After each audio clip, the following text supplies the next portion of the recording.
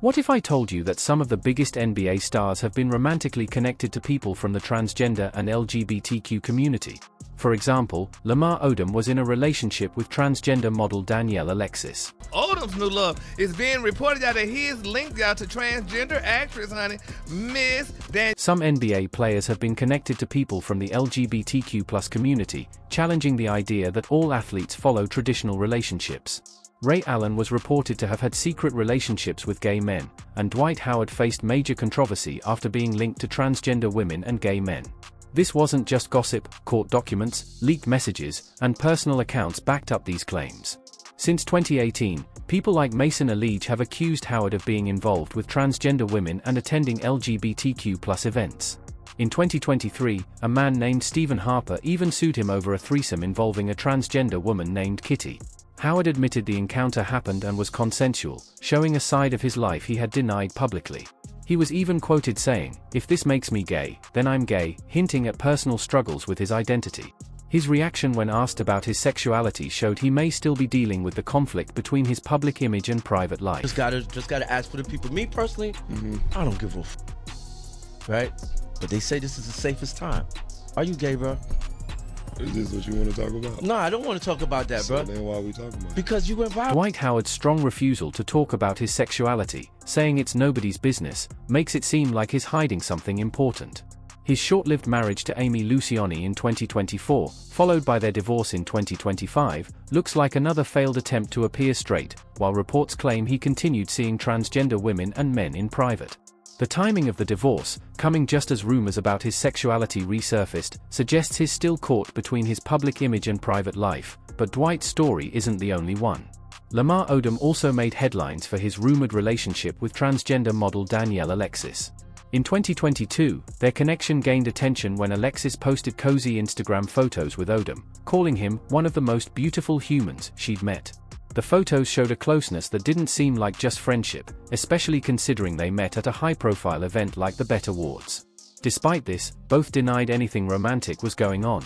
Odom's team quickly responded, saying he supports the transgender community but was not involved romantically with Alexis. The careful wording of their denial made it seem more like damage control than an honest explanation. This situation, like Howard's, shows how some NBA players may go to great lengths to hide their real relationships. Lamar Odom's response to rumors about his relationship with transgender model Danielle Alexis appeared carefully managed. His use of LGBTQ+ friendly language while still denying any romantic involvement suggests professional PR handling aimed at protecting his image. Interestingly, Alexis bears a strong resemblance to Odom's ex-wife Khloe Kardashian, hinting that his attraction might go beyond traditional gender lines. Some insiders believe Odom's past struggles with addiction may have led him to explore relationships he had previously suppressed. His history with brothels, including the incident that led to his overdose, may have involved transgender sex workers, potentially shaping his openness to non-traditional relationships. Despite public denials, sources say Odom and Alexis remain close, with interactions that suggest more than just friendship. His past secrecy, seen during his marriage to Kardashian, marked by infidelity and drug use, shows he's capable of hiding parts of his life while presenting a different image publicly. When asked directly about transgender relationships, Odom often shows visible discomfort or avoids the question, which points more to hiding something than simply clearing up false rumors. Compared to him, the next NBA player, Jason Collins, took things even further, hiding his same-sex relationships behind a fake engagement for 8 years before publicly coming out. What's most intriguing about Jason Collins isn't just that he came out as gay, it's how he handled his relationships before doing so. He was engaged to WNBA player Carolyn Moose for 8 years, only to call off the wedding shortly before it was set to happen in 2009. The timing of the breakup raised a lot of questions. Moose later said she was heartbroken and felt betrayed, especially because Collins hadn't told her about his sexuality. This long engagement now looks more like a carefully planned cover than a real romantic relationship.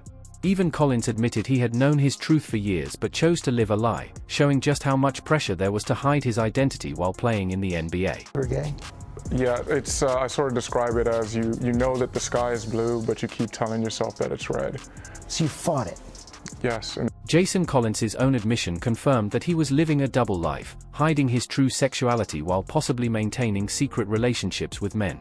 Insiders claim that during his long engagement to Carolyn Moose, he was already dating men in private. This raises the question, who were these hidden partners, and how long had it been going on? Collins eventually entered a long-term relationship with film producer Brunson Green, whom he married in 2025. However, some sources believe their relationship started much earlier, possibly during Collins's time in the NBA.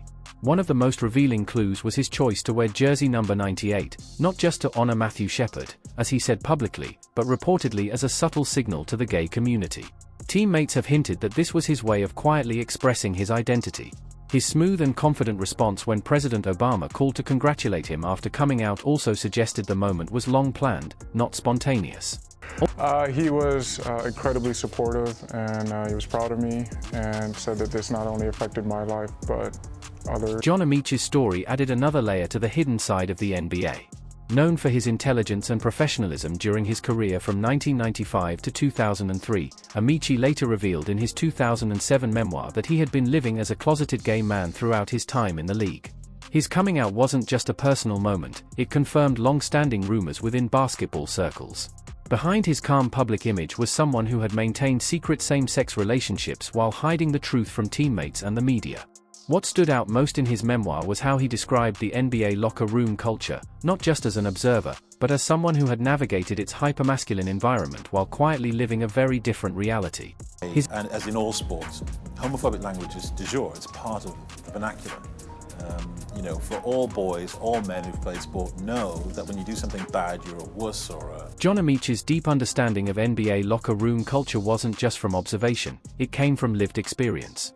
His detailed descriptions of the intimacy, tension, and unspoken dynamics in those spaces suggest he was navigating them as a closeted gay man with active romantic interests. These weren't distant, academic insights, they were personal accounts shaped by his own hidden reality. According to industry insiders, Amaechi was involved in romantic relationships with men throughout his NBA career, though he kept them carefully out of the public eye. His story reveals the quiet complexity of living authentically in private while presenting a different image to the world. The kind of contact that goes on in locker rooms, the kind of intimacy that happens between men, I'm not talking about sex, but the kind of intimacy, the closeness, it is akin to being in a relationship with another man. It's as gay. John Amaechi's insights into the sexual tension within professional basketball come from personal experience, not theory. His comfort discussing the homoerotic dynamics of sports suggests he wasn't just observing, it was part of his lived reality.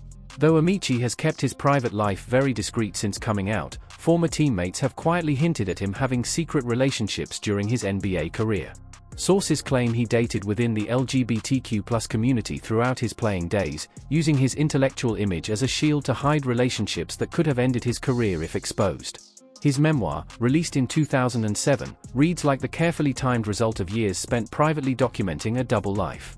Some say his post-retirement activism is driven by guilt, an effort to make up for the silence he maintained while other gay athletes suffered alone. While Amaechi dated men quietly behind the scenes, the next NBA player faced much more public scrutiny. Dillon Brooks, known for his controversial persona on the court, was involved in a headline-making situation linked to transgender model Big Bambina. Although Bambina later clarified she was not transgender, the rumors surrounding their alleged relationship, and Brooks's suspicious behavior during that time, led many to believe there was more going on beneath the surface than he let on. The controversy surrounding Dillon Brooks and Big Bambina didn't come out of nowhere, it was sparked by very specific accusations from his ex-girlfriend, Heather Holly, who claimed Brooks had cheated on her with Bambina. What stood out wasn't just the cheating allegation, but the focus on Bambina's rumored transgender identity, which made the situation feel more like a calculated attack than random gossip. Ex-partners often know private details, and the nature of Holly's accusations hinted at deeper knowledge of Brooks's personal preferences. Reports claimed Brooks and Bambina had been involved since 2021, suggesting a longer and more serious relationship than either acknowledged publicly. Bambina's post showed familiarity with Brooks's schedule and lifestyle, pointing to a close connection behind the scenes. When she shared her birth certificate to prove she wasn't transgender, it seemed like an effort to control the narrative, but also raised questions about why such specific rumors started in the first place. This kind of detailed accusation typically comes from someone close to the situation. Even more telling was Brooks's total silence. He never addressed the rumors, which is unusual for public figures facing personal attacks. Most would deny false claims, but his refusal to speak hinted at either legal advice or an unwillingness to confront parts of his private life publicly. Bambina wiping her Instagram clean after clarifying her gender identity added to the sense that the controversy had already fulfilled its purpose, whether that was to stir drama, protect reputations, or quietly end the conversation. The rumors about Dylan Brooks' sexuality continued to follow him even after the controversy died down. The fact that Big Bambina felt the need to completely delete her social media suggests there was more to the story than just mistaken identity, pointing to deeper connections she wanted to erase from public view. While Brooks stayed silent on dating transgender individuals, the next NBA player, Ray Allen, actually tried to explain his alleged 3-year relationship with a man. Despite his Hall of Fame status and reputation for precision on the court, Allen wasn't immune to one of the NBA's most complicated scandals involving secret gay relationships, deception, and claims of victimization. Thanks for watching. If you enjoyed this, keep the adventure going by clicking on one of the suggested videos on your screen for more amazing content.